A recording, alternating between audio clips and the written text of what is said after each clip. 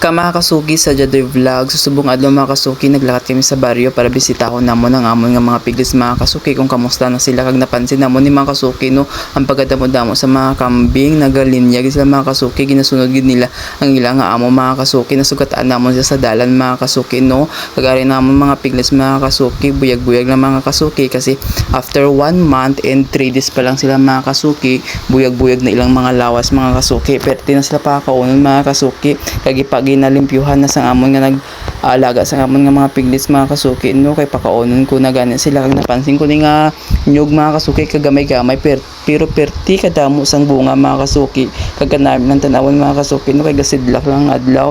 Kay try ko na pakaunon mga kasuki, grabe gid magtaklas sa mga kasuki, kay lagso niya gid ang feeds no, kay gutom na gid sa mga kasuki.